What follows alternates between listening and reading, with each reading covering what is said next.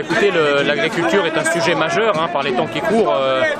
temps de coronavirus, elle a toujours été un sujet majeur parce que l'indépendance alimentaire de la France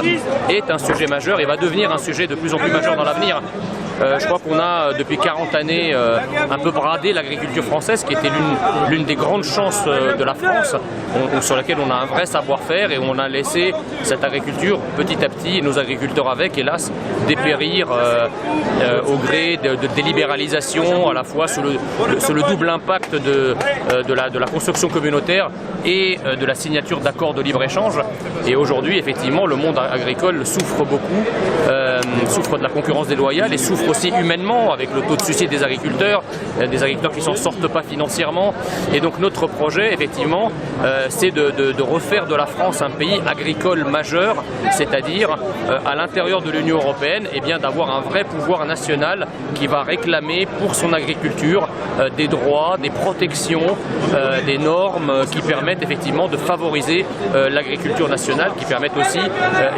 d'élever le niveau de vie de nos agriculteurs et de leur permettre de vivre de leur métier, et également bien sûr tout ce qui concerne les normes alimentaires, renforcer la traçabilité des produits, renforcer la qualité des produits. Aujourd'hui, la mondialisation, et notamment la mondialisation agricole, ne permet plus finalement de sécuriser les filières, ne permet plus de la transparence sur ce qu'on mange, sur tout le cycle qui va de la production jusqu'aux assiettes. Et tout ça est évidemment à revoir. Alors ça sera revu avec nos partenaires européens, mais ça sera revu fermement par un pouvoir national que nous allons occuper désormais à partir de 2022, je l'espère, pour pouvoir faire en sorte effectivement de remettre l'agriculture au centre de la stratégie. Vous savez, on est passé d'un modèle agricole qui est un modèle administré et étatisé dans les années 50 et 60 à un modèle qu'on a voulu diriger par le marché. Or on voit bien que le marché, contrairement à la doxa idéologique, le marché ne permet pas une allocation optimale des ressources dans la mesure où les acteurs sur le marché sont inégaux. Le marché, ce serait une chose formidable si tous les acteurs étaient sur un pied d'égalité. Or on voit bien qu'entre la grande centrale d'achat ou la grande surface et le paysan local, le producteur local, les acteurs ne sont pas égaux. Et donc à partir de là, quand vous mettez des procédures de marché sans veiller, si vous voulez, à l'égalité des acteurs, vous créez des pouvoirs de marché et vous créez des problématiques qui sont beaucoup plus fortes que des marchés qui étaient naguère administrés et contrôlés par l'administration. Le domaine agricole, déjà évidemment le revenu des agriculteurs, parce que ça on ne peut pas laisser des gens, si vous voulez, vivre avec 300 € par mois.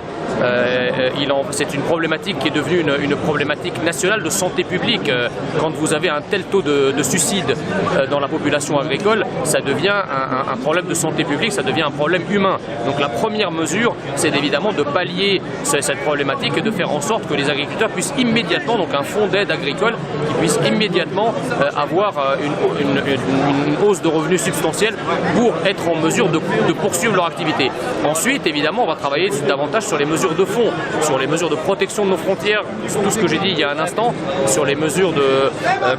les mesures commerciales, les mesures qualitatives de la sécurité alimentaire et sanitaire, et des mesures plus générales de protection de notre